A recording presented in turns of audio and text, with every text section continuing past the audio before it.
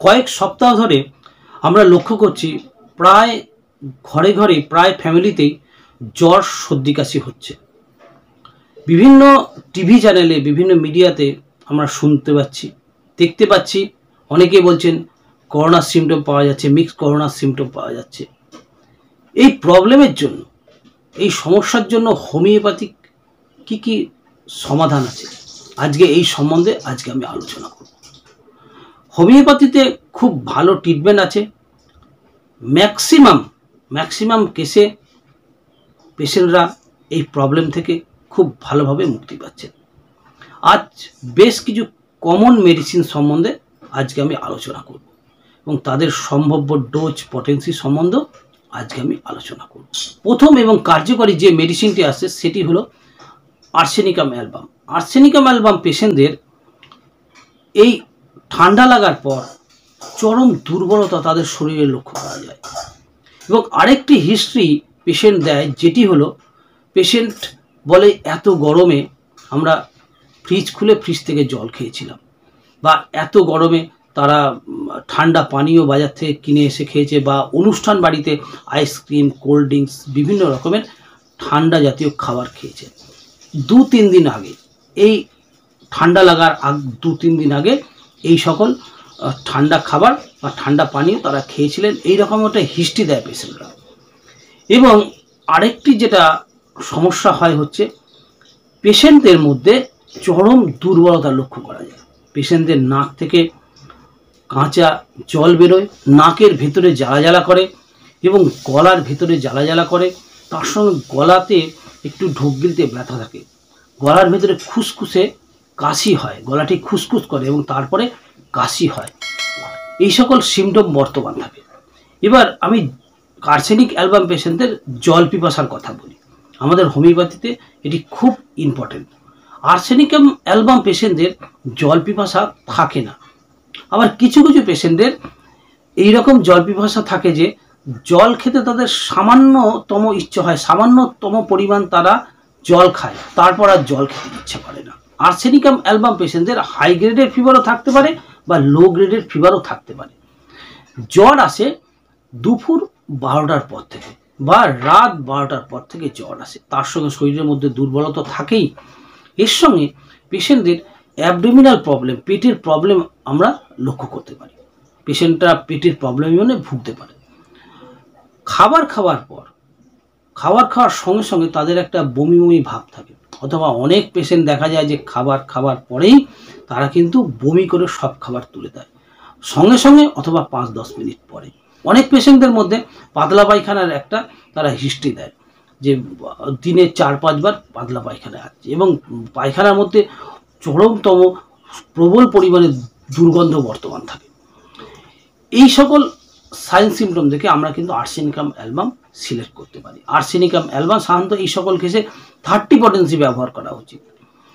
প্রথম ডোজ থেকেই ইমপ্রুভমেন্ট লক্ষ্য করা যায়, পেশেন্টদের মধ্যে একটা ভালো রেজাল্ট আমরা লক্ষ্য করতে পারি এবং পেশেন্টও বলে যে শরীরটা ওষুধ খাওয়ার 8 ঘন্টা পর থেকে শরীরটা আস্তে আস্তে সুস্থ হচ্ছে বলে মনে করেন পেশেন্টরা। 2 থেকে 4 ঘন্টা পর সেকেন্ড ডোজ রিপিট করা যেতে পারে। তারপরে ডাক্তারবাবুরা যদি বোঝেন যে কয়েক ডোজ বা কয়েক দিন প্রতিদিন সকালে 1 ডোজ করে খাওয়ানো যদি প্রয়োজন হয় খাওয়ানো যেতে পারে। আর্সেনিকাম অ্যালবাম সাধারণত বেশি প্রয়োজন হয় না, সামান্য কয়েক ডোজেই পেশেন্ট কিন্তু সুস্থ হয়ে যায়। পরবর্তী কার্যকারী প্রায় যে কমন মেডিসিনটি আছে সেটি হলো ব্রাইনিয়া অ্যালবা। ব্রাইনিয়া অ্যালবা সাধারণত ড্রাই কোল্ডের জন্য খুব ভালো একটি মেডিসিন।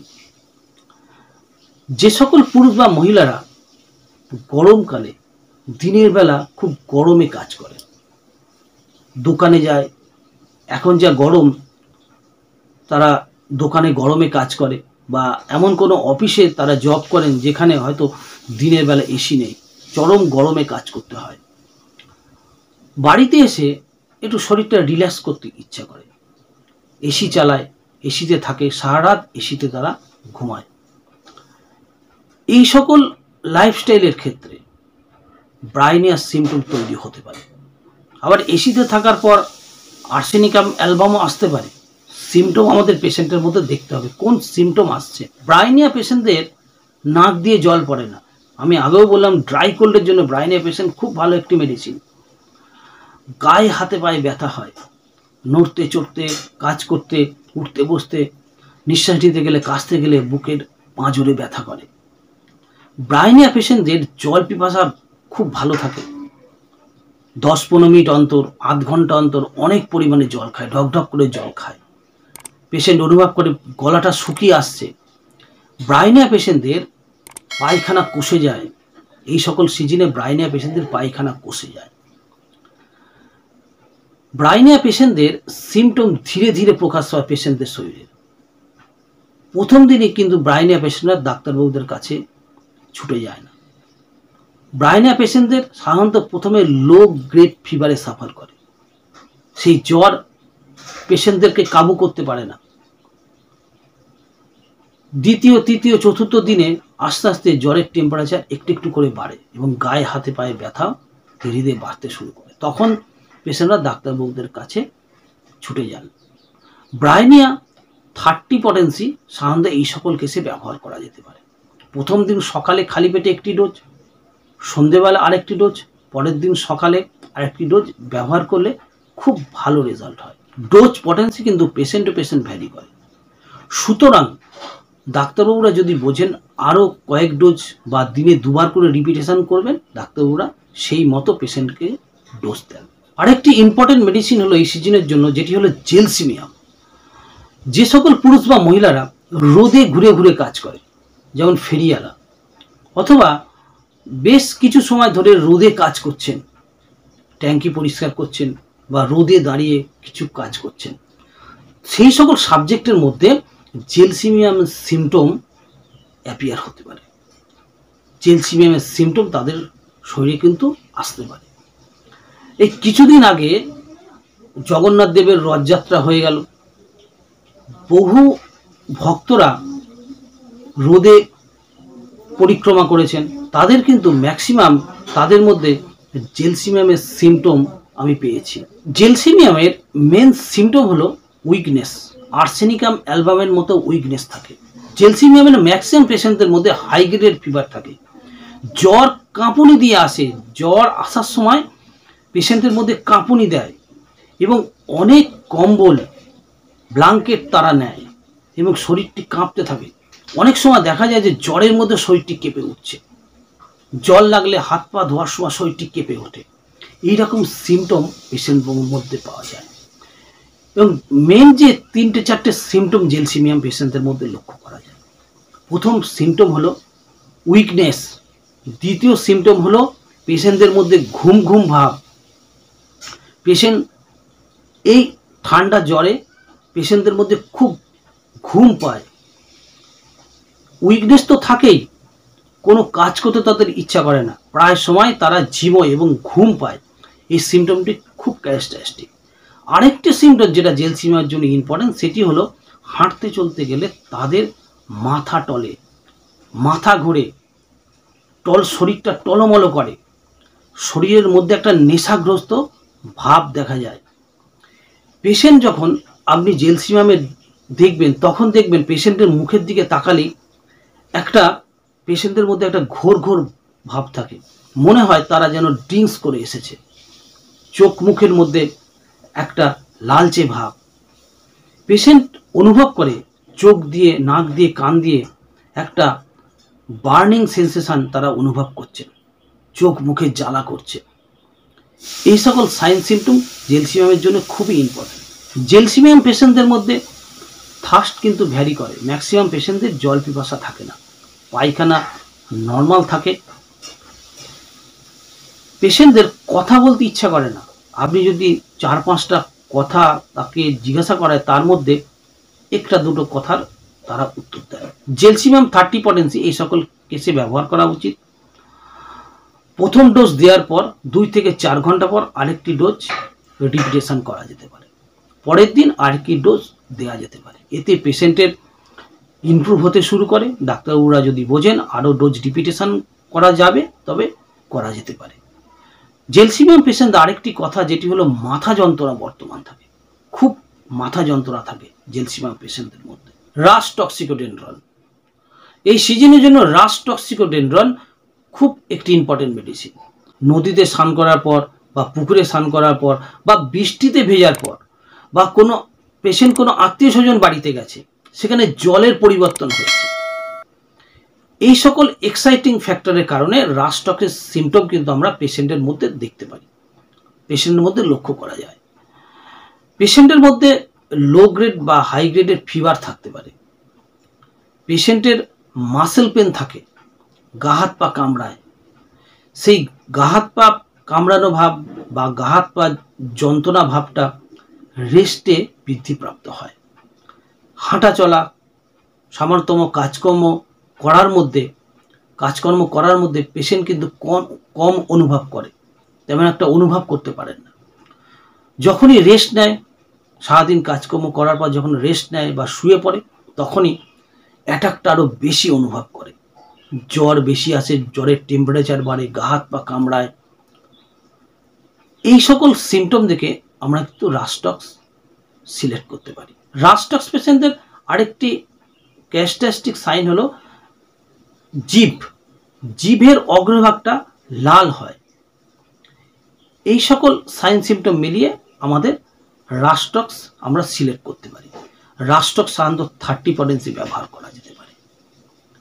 দিনে 2 বার, সকাল এবং সন্ধেবেলায় 2-3 দিন খেলেই পেশেন্টের মধ্যে খুব ভালো ইমপ্রুভ হয়। যদিও হোমিওপ্যাথি ওষুধ যদি ওয়েল সিলেক্টেড হয়, প্রথম ডোজ থেকেই দেখবেন যে পেশেন্টের মধ্যে একটা ইমপ্রুভমেন্ট শুরু হয়েছে। যেই ইমপ্রুভমেন্ট শুরু হলো তখনই কিন্তু ওষুধ বন্ধ করে দেওয়া উচিত, আর রিপিট না করাই ভালো। আরেকটি কমন মেডিসিন হলো মাক্সল। মাক্সল পেশেন্টদের মধ্যে অ্যাকুট রাইনাইটিস দেখা যায়, নাক দিয়ে জল পড়ে, বারে বারে হাঁচি হয়, পেশেন্টদের মধ্যে তেমন একটা দুর্বলতা লক্ষ্য করা যায় না, গায়ে হাতে পায়ে ব্যথাও থাকে, সামান্য লো গ্রেডের ফিভার পেশেন্টদের মধ্যে বর্তমান থাকে। সেই জ্বর এবং ঠান্ডার সিমটম সন্ধেবেলা থেকে বা যত রাত বৃদ্ধিপ্রাপ্ত হয় তত ধীরে ধীরে জ্বর ঠান্ডার সিমটম বাড়ে।